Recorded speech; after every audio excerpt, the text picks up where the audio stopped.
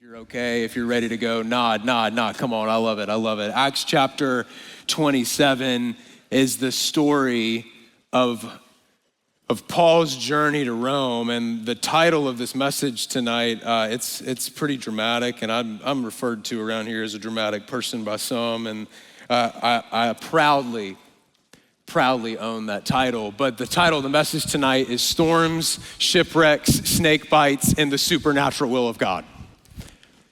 I think it's the most dramatic title that we've had since the very beginning, since Acts chapter 1, since August, when we started this journey. But if you have your Bible, hold it up in the air, just reminding yourself, this is where we're going tonight. This is what we're going to be a student of tonight. And we're gonna take a stop in Galatians chapter 5, verse 22, if you wanna turn there. And then we're gonna jump into Acts 27, and we're gonna fly. And I'm gonna give you everything that you got. It's senior night. We're gonna honor everybody who's graduating tonight. We're gonna celebrate you. We're gonna give you a gift and Sunset Slush on the way out, and it's gonna be an amazing night. But I just am believing that God has something for us in this text tonight that I just don't want to run past. And I'm gonna talk quick, and I'm gonna move as fast and efficiently as I can, but I just want us to soak it up, because I'm really sad about our journey through Acts coming to an end, but I'm also, I have been undone by this text. Even today, I had a little pity party for myself this morning, walking with my family in our neighborhood because of this message. And I just want to give it to you tonight and hope and pray that God does something beyond me. In it last week at Overflow Easter, we talked about how Paul in Acts 26 is standing trial in front of Festus and King Agrippa, the leaders of that day, because people have brought false accusations against him, and he has claimed in those moments that he wants to appeal to Caesar, to Nero in Rome himself, because he believes that's where God is sending him, and that's where he's going in the text that we're gonna be reading through tonight. But if you just go back and you look at the 3 chapters that we flew through last week, and you examine how Paul carried himself in these trials, in the courtroom for false accusations, you see him bear the fruit of the Spirit. And I think that this is the place to start today, because I know that life is crazy. There's a lot of things going on in your world. For those of you that are college students, you're landing the plane on classes. You're either starting finals or you're studying for them. If you're working, the weather's nice and you just want to get outside, and everybody else is getting on your nerves. If you're a local here and the traffic's picking up and you're starting to get like really agitated about having to sit at a stoplight a little bit longer, and beach parking, all the things that are happening in our world today. And I just want us to come back to the basics, kind of like we just did in worship tonight. And Paul does this, and he exemplifies this in a really beautiful way, and I'm just praying that this would be us. But he says in verse 22 of Galatians 5, writing right into the center of the church in the area of Galatia during this day and this time, he says, but the fruit of the Spirit, if you grew up in church, you've heard this 1,000 times. But it's sometimes the easiest thing for us to run right past. He says, the fruit of the Spirit, it's love. It's joy, it's peace, it's forbearance, it's kindness, it's goodness, it's faithfulness, gentleness, and self-control. Just a quick question. Would people describe you that way? Sorry, just food for thought. Against such things, there is no law. And those who belong to Christ Jesus, that's everybody here today that would say, I'm a follower, I'm a disciple of Jesus, have crucified the flesh with its passions and desires. And then verse 25, the bedrock of this entire talk. Since we live by the Spirit, let us keep in step with the Spirit. Since we live by the Spirit, let us keep in step with the Spirit. And when you think about this text, just those couple of questions to think about. Would people describe you as a person who bears the fruit of the Spirit? What passion in your life, what desire in your life needs to go? Because Paul's saying, hey, for those of us that have decided to follow Jesus, we've got to release the passions and the desires of our old way of thinking. And then the fundamental question is, are you in step with God's Spirit? Right here, right now, in the middle of the circumstances, in the middle of the craziness, in the middle of the storm, in the middle of what feels like a disaster or a shipwreck, or in the middle of what feels like getting bitten by a snake, like, where are you? And we're gonna pull these things apart tonight, but are you in step with God's Spirit? And to be honest with you today, I've been completely and absolutely all over the place when it comes to this. But the invitation of the story that Luke gives us of Paul in the text tonight is that through each of these three things, Paul just stayed in step with God's Spirit. So Acts chapter 27 is where we're gonna go. And what we find is this comes right on the heels of Agrippa, the king that he's standing trial in front of, saying, well, he's appealed to Caesar, so he's gotta go to Caesar. So they end up getting on a boat and they begin sailing with some other prisoners en route to Italy. And they pick up the centurion that is in charge of them. And we're gonna jump straight into verse 3 because we've gotta go and we've gotta cover a lot of ground tonight. But it says that they landed in Sidon, and Julius, the centurion that's responsible for taking them to Italy, in kindness to Paul, allowed him to go to his friends so that they may provide for his needs. And from there, we put out to sea again and passed the lee of Cyprus because the winds were against us. The winds were against us. Verse 5, when we had sailed across the open sea off the coast of Sicilia and Pamphylia, we landed at Myra in Lycia. There, the centurion found an Alexandrian ship sailing for Italy and put us on board, and we made slow headway. Look at the person sitting beside you right now and say, we made slow headway. Say it out loud, slow headway. For many days. And we had difficulty arriving off of Cnidus. And when the wind did not allow us to hold our course, we sailed to the lee of Crete, opposite of Salmone.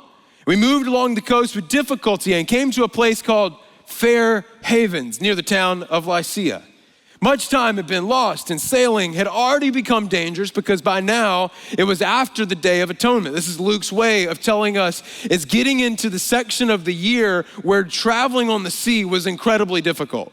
So Paul warned them, men, I can see that our voyage is going to be disastrous and bring great loss to the ship and cargo and to our own lives also. But the centurion, instead of listening to what Paul said, followed the advice of the pilot and of the owner of the ship.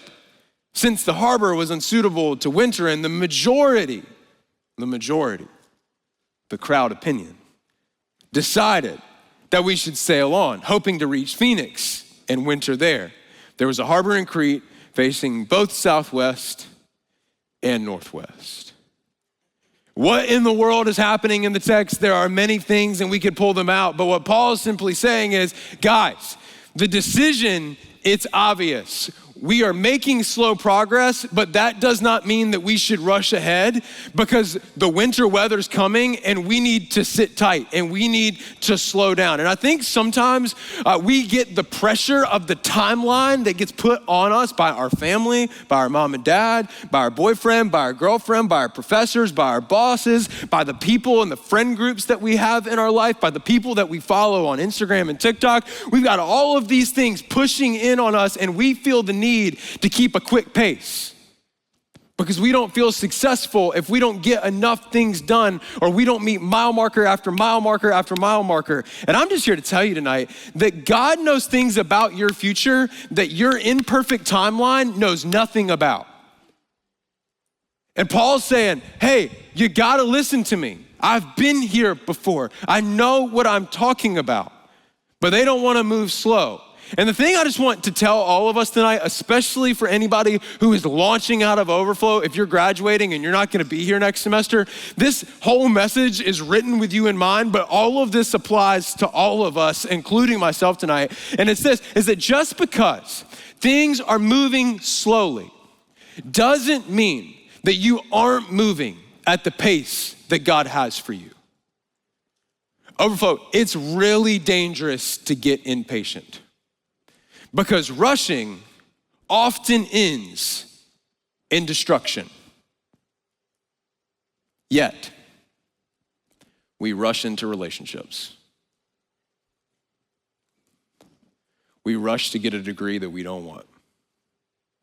We rush to get a job that we know is going to be unhealthy for us. We rush to have sex because we think that it will fulfill every desire and every yearning that we have. And more often than not, rushing ends in destruction. And Paul's saying, we need to go slow. But our culture doesn't do slow. We just do fast. We just do hurry. We just do rushing our way through life. I have a really good friend of mine. He drove tugboats for years. He took me one time in the Cape Fear River while he was helping this really, really big cargo container ship leave the port. And I was asking him about a couple things and how he was doing. It was the coolest thing in the world. I'm such a geek.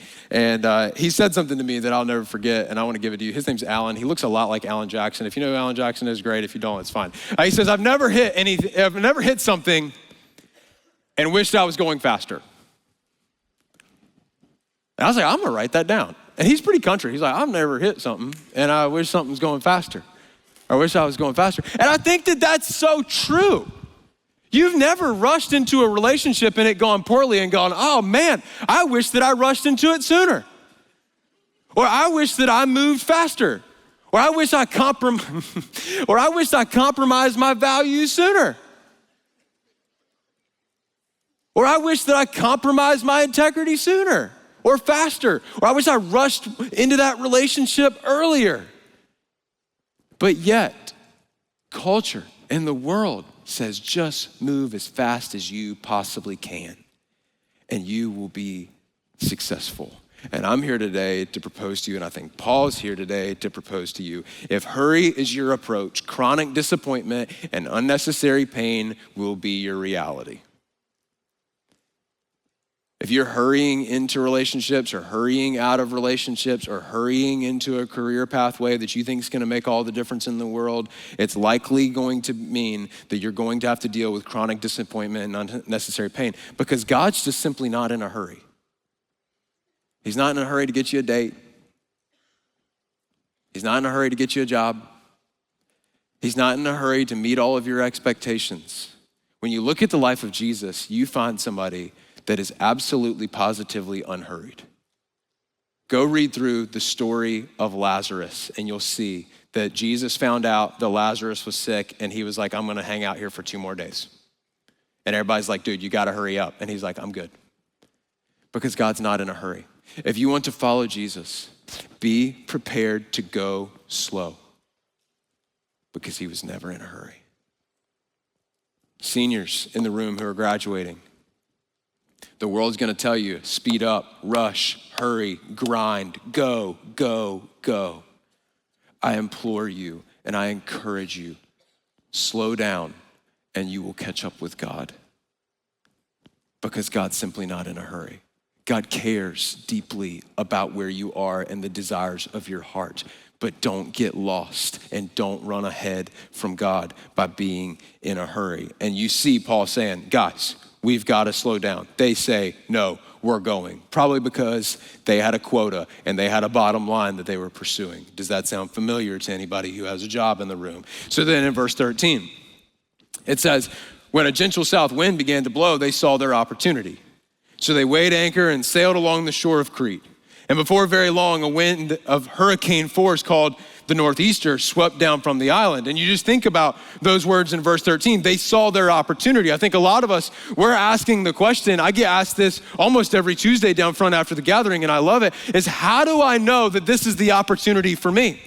How do I know that this is God's timing? How do I know about how to make a great decision? Well, the truth in the matter is, if you're following God, there is no substitute to faith.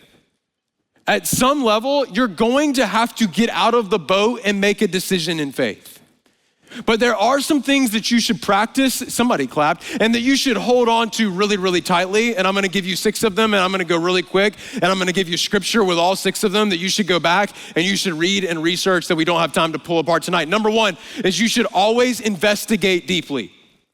Lennon right now, she loves the word why. She asks why about everything. We go to Chick-fil-A and she's like, why? I'm like, because Chick-fil-A is good. And she's like, why? It's like they have fried chicken. Why? Because that's what Chick-fil-A does. Why?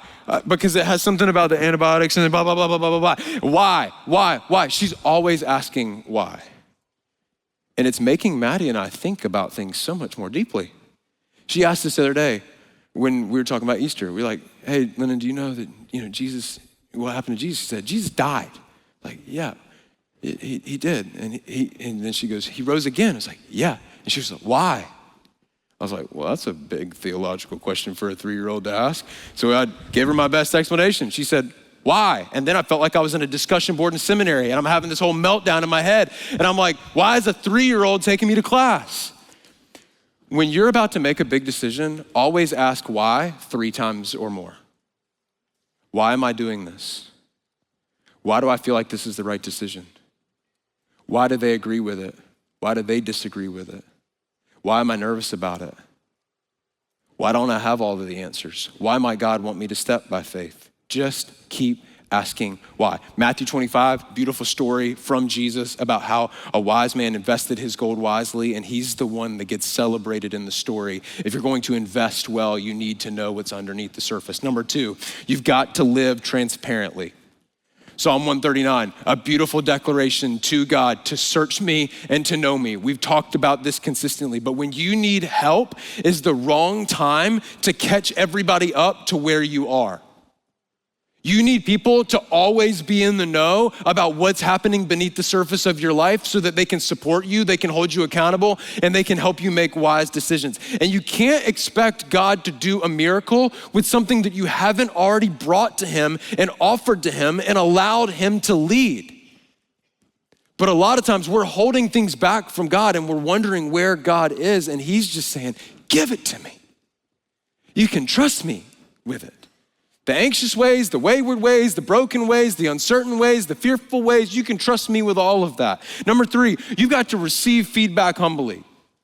Hebrews chapter 10 talks about how we should spur each other on. And a lot of you don't get the truth from your people because they're afraid to tell you the truth because you get offended at everything. And you wonder, when it comes time, sorry, I'm being mean tonight. I'm not trying to be mean. I'm so sorry. I am, but I'm not. You get to the point of making a really big decision and everybody just tells you what you want to hear because they're afraid of offending you because you haven't received feedback humbly along the way. We've got to be a people who spurs each other on and tells each other the truth. Number 4, you've got to wait patiently. You've got to stop freaking out. You've got to chill out. God has a blessing for you, but you're too busy, and I'm too busy freaking out to receive it. We're running around trying to control everything, and God's saying, just learn how to wait with me. Go read Isaiah chapter 40, specifically verse 31, and your heart will just take a big, deep breath. Number 5, you've got to decide intentionally. Proverbs 29, verse 18, specifically in the King James Version of the Bible. Oh my goodness, the Bible that I grew up copying in detention, long story. But the version says, without vision, the people perish.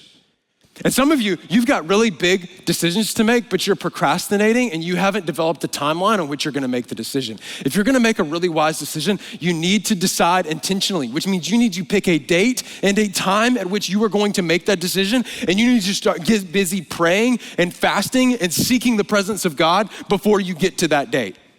Because you cannot procrastinate your way to faithfulness. And number 6, you have got to step faithfully. Peter gets out of the boat in the story of him walking on the water, and it's the fact that he got distracted that caused him to begin to sink.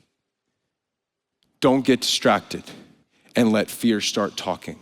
And when you make a Jesus-centered decision, it's always, always, always, with no exception, going to require a great deal of faith. That's a whole nother message, but it's the end of the semester, so I'm giving you everything I got. They saw their opportunity. And in verse 15, the ship was caught by the storm. and could not head into the wind. So we gave way to it, and we were driven along. And as we passed to the lee of a small island called Cauda, we were hardly able to make the lifeboat secure. So the men hoisted it aboard. And then they passed the ropes underneath the ship itself to hold it together because they were afraid that it would run aground on the sandbars of Syrtis. They lowered the sea anchor and let the ship be driven along, and we took such a violent battering from the storm that the next day they began to throw the cargo overboard. They're in the midst of the storm. And on the third day, they threw the ship's tackle overboard with their own hands. And then verse 20, this is the headline of the storm. When neither sun nor stars appeared for many days and the storm continued raging, we finally gave up all hope of being saved. Overflow, let me be brutally honest with you. Storms are inevitable. You can't avoid them. If you're not in the middle of a storm today, or you didn't just get one out of one yesterday, there's one coming. And a couple things that storms are going to do is they're going to expose your sources. They're going to expose what you depend the most upon. And they are most certainly going to shape you. The question is how are they going to shape you?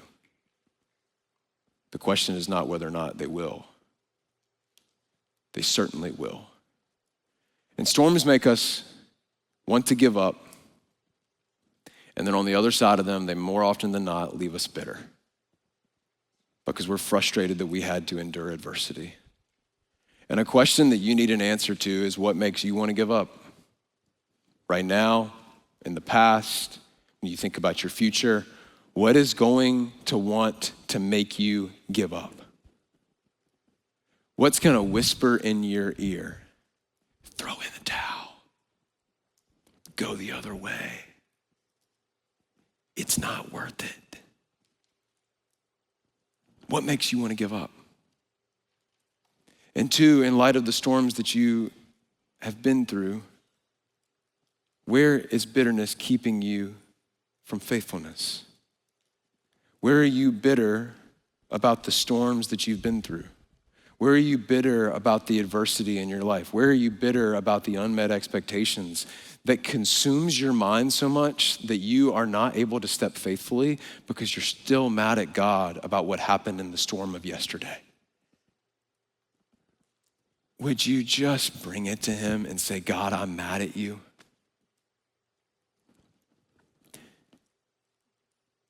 He can take it. He'd rather you be honest with him than run from him. Because he wants to protect you in the storm. Even if the storm is bitterness. And you just think about what's happening here in verse 21. They've been without food. They're all frustrated with each other because they're probably all seasick. They've been tossed and turned by the waves, and Paul stood up before them and said, men, you should have taken my advice not to sail from Crete. It's kind of like the ultimate, I told you so, guys. Like, we didn't have to be here, but we're here because you don't have a good way to make decisions. You didn't have the 6 things. You didn't investigate this thing very deeply, but that's besides the point. Then you would have spared yourselves this damage and loss.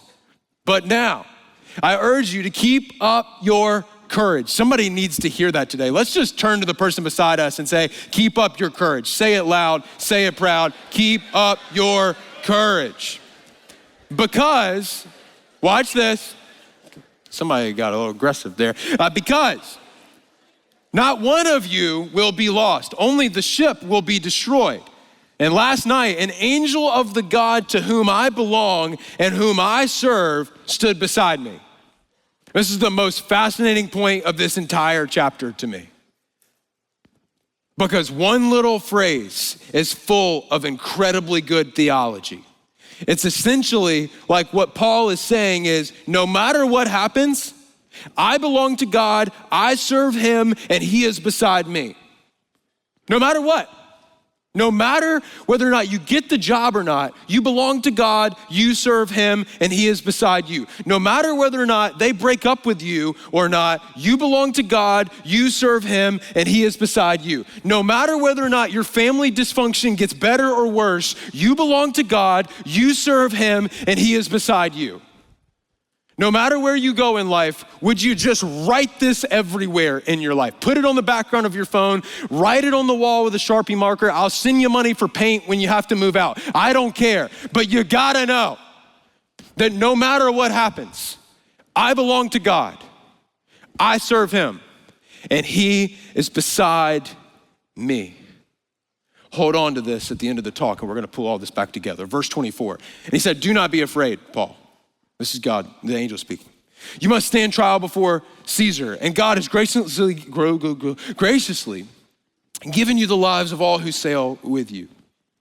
So keep up your courage, men, for I have faith in God that it will happen just as he has told me. Nevertheless, we must run aground on some island. It's like, Paul, okay, let me get this straight. We're all gonna survive, but we're still gonna run aground. That doesn't really make sense to me. And what Paul is saying is, we are aligned with God's will. So that means we are unstoppable. Because when your will is fully aligned with God's will, there is no storm big enough to overtake you. When your will is fully and completely aligned with God's will, there's no storm big enough to overtake you. And Paul's confident because he belongs to God. He's serving God, and he believes to his core that God is standing beside him in the midst of the storm. And then you see in the verses that follow, all the way to verse 41, the story of 14 days at sea. Some guys tried to get the lifeboat out because they're like, we're out of here. And Paul's like, you don't want to do that. Don't get in the lifeboat, because the minute you get in the lifeboat, you're stepping outside of the thing that God told us to be in. You need to hang tight. Some of you think that you have found a way around what God is calling you into, and you need to sit tight and remember that you are safe and secure in the will of God. And they end up cutting the ropes, the lifeboat goes away, that all gets taken care of. But you see in verse 34, he says, not one of you will lose a single hair from his head. What he's doing in this is he's actually pointing back to a story of where Jesus said that in Luke and in Matthew. And remember, Luke's the one who's writing this, so he's wanting us, I believe, to make these connections. In verse 36, you see the exact number of people, 276 people were on board that day. God loves details, and we see the details. Luke gives us all the details here. And he talks about when daylight came up, they didn't recognize the land. But in verse 41, this is the story of the shipwreck. In verse 41, it says, but the ship struck a sandbar, and it ran aground, and the bow stuck fast and would not move, and the stern was broken to pieces by the pounding of the surf. And the soldiers, watch this, they planned to kill the prisoners to prevent any of them from swimming away and escaping. But the centurion wanted to spare Paul's life. God's perfect provision in the midnight hour. And he kept them from carrying out their plan. He ordered those who could swim to jump overboard first and to get to land, and the rest were to get there on planks or on all of the other pieces of the ship. In this way, everyone reached land safely. And when you think back and you think about all that's going on, all of this is absolute and complete chaos. But in the middle of it all, God knows how many people are on the boat. God hasn't lost track of a single hair on a single head of the people on the boat. And maybe they were all bald, but I don't believe that they were. Every time you ask chat to give you a picture of somebody from the Bible, they're bald. But Luke chapter 21 is where Jesus is talking to some of his closest people about what is to come. And he says that you'll be betrayed even by parents, brothers and sisters, relatives and friends, and they will put some of you to death. It's like, okay, thanks, Jesus. This is really encouraging stuff. Everyone will hate you because of me, but not a hair on your head will perish. Verse 19, watch this. Stand firm and you will win life. Not a hair on your head will perish. Stand firm and you will win life. Some of you, wherever you're going, you need to remember that Jesus knows exactly how many hairs are on your head today, and your calling is to stand firm because he's going to win the battle for you.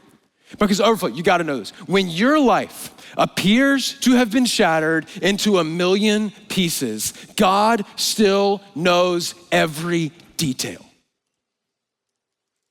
I believe Paul's one of the people floating on a plank of wood in the middle of the ocean. And he believes to his core that God hasn't lost track of a single detail, which allowed him to have an incredible amount of faith in the midst of unbelievable chaos and in the middle of a shipwreck. And then you see the story just gets crazier. In Acts chapter 28, the last chapter, we made it. Acts chapter 28. Mike said it couldn't be done. Here we are, Acts chapter 28. I'm sorry. I hope that you guys caught that on camera so we can send it to him. Once safely on the shore. I'm sorry, I'm so happy, but I'm so sad. All at the same time, mixed emotions. Sorry, internal thought. Once safely on shore, we found out that the island was called Malta, or another way to refer to it, refuge.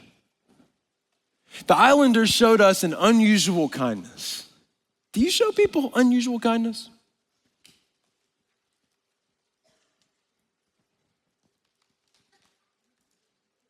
The people who live beside you and make crazy amounts of noise at 1 o'clock in the morning, do you show them unusual kindness? Hypothetical situation. Doesn't happen in my house. They built a fire. Sorry. Turn the live stream off. So sorry. They built a fire and they welcomed us all because it was raining and cold. I gotta move on. Paul gathered a pile. Watch this. Don't miss this. I'm sorry. I'm not trying to be funny. Paul gathered a pile of brushwood, and as he put it on the fire, a viper, driven out by the heat, fastened itself on his hand. Paul's got to be like, dude, I can't. Anybody get to that point where like things just keep going wrong and you're like, God, I know that you're not going to give me anything more than I can handle, whatever that not great theology is. We talked about this, but let me remind you, God's not thinking about how much you can handle, God's thinking about how much he can handle, and I'm pretty sure he can handle anything that he wants to handle, but that's besides the point. But Paul's like, gotta be like, gosh, Lee, we've traveled so far. We've been in the storm. We just got broken in a million pieces on the shore, and now there is a viper fastening itself on my hand. And the islanders saw the snake hanging from his hand. Remember that. That's really important. It's hanging on his hand. They said to each other, this man must be a murderer. For though he escaped from the sea, the goddess justice has allowed him to live. But Paul shook the snake off into the fire and suffered no ill effects. The people expected him to swell up or suddenly fall dead. You gotta wonder, they're just like walking around just waiting for him to completely fall out. But after waiting a long time and seeing nothing unusual happen to him, they changed their minds and said he was a god. Okay, so you went from being a complete murderer, deserving of death, to now you're God. And there was an estate nearby that belonged to Publius, the chief official of the island. And he welcomed us to his home and showed us generous hospitality for 3 days. I love that that's in the text. We are called to be the most hospitable people on planet Earth with no exceptions. That's our calling. We see it in Jesus time and time again. But his father was sick in bed, suffering from fever and dysentery. And Paul went in to see him. Watch this. Oh, this is so good. After prayer, placed his hands on him and healed him. What did he use to pray for him? The hand that was full of venom. It says, when this had happened, the rest of the sick on the island came and were cured. In the middle of the storm and being shipwrecked and bitten by a viper, Paul is still in step with God's Spirit, and he stretches out his hand that had just been bitten by a snake. And he brings healing and what I would imagine would be revival to an island. Because God will use your scars to bring healing to the world around you. Can you imagine? This guy's sick in bed. And the story about Paul is he just got bitten by a snake. You gotta think that guy's like, don't you touch me. But Paul says, my God is the God who can turn evil for good. My God is the God who can bring beauty and healing and redemption out of incredible pain. And what makes all of this possible? In my view, he lived by the Spirit. He was doing what he told the church in Galatia to do, to let us keep in step with the Spirit. Because my commission to you, especially those of you that are seniors today, is there's going to be a lot of things that happen in your life. For all of us that are not graduating, I have 4 more years of seminary. For all of us that are not graduating in a couple weeks, storms are gonna come. Your plans are gonna get broken into a million pieces. You're gonna have unexpected things attack you and hurt you. And my encouragement to you is simple, and I believe it's directly from the example of Paul. No matter what happens, stay in step with God's Spirit, and you will see and experience the supernatural will of God. The other day, yesterday morning actually, my family and I, we were at the beach, and Lennon is sitting there playing in the sand, and she says, Dad, I want to go out in the waves. I was like, Lennon, it's really cold. And she's like, Dad, waves. I was like, okay, yes ma'am, we're going. So we take off and we're walking beside each other, and she grabs onto my hand. We walk through the seashells real carefully. We get to the edge of the water, and we start to walk out in the waves, and she's just holding tightly onto my hand. And she gets a little braver, and she takes one step and then takes another step and takes another step. And sooner or later, we're up to like right here for me, which is like her waist. She's having the time of her life. And I'm thinking it is really, really cold. And so I just wanted to test it a little bit. So I kind of let go of her hand a little bit at the time, and I took a step over. And she's standing there, and she's really, really confident while the water's low.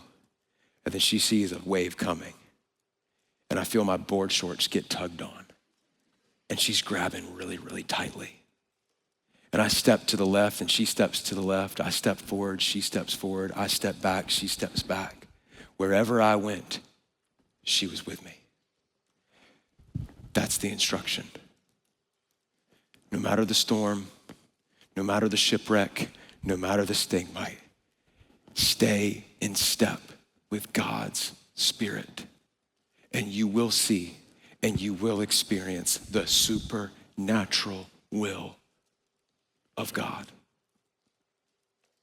You can't make this up. We're going back to the car. She's running out in front of me. You can ask my wife, I promise. I've never seen this. I've lived here my whole life. I've been going to the same beach access since I was Lennon's age. Never seen this. This is gonna sound so made up. You just gotta trust me. We're walking up the hill, and I look into the beach access, and it looks like there's a snake coming across the pathway, and she's running ahead. And I'm like, what in the world is that? And I say, Lennon, stop. She looks back at me and just laughs, keeps running. And she's like, snake. And I was like, it is a snake. And she's like, she's Mr. or Mrs. Nat Geo. So she's like, that's really cool. And she just starts running. And I'm like, Lennon, stop. Like I'm completely having a panic attack. So my legs were sore, leg day, long story short. So I just take off like, and I grab her by the shoulders and I pick her up. And sure enough, there's this huge snake. Yeah, she's stressing. We checked the building, there's no snakes here. But I picked her up and I held her close. I said, Lennon, don't run out in front of me again. Stay with me where I can protect you. Overflow. Don't run ahead of God. Stay with him. Don't be discouraged by the slow times. Don't be disheartened by the storm. Don't give up because of the shipwreck. And do not allow the pain that you are feeling and the scars that you have stop you from extending your hand and trusting in the supernatural will of God. And what you find in the final verse of the text that we're going to cover tonight, and then we're just going to cover a small part next week. It says that they honored us in many ways, the people of Malta. And when we were ready to sail, they furnished us with the supplies that we needed. They were a community who said, we are sending you out with what you need. Which is exactly what we want to do tonight for every senior in this place.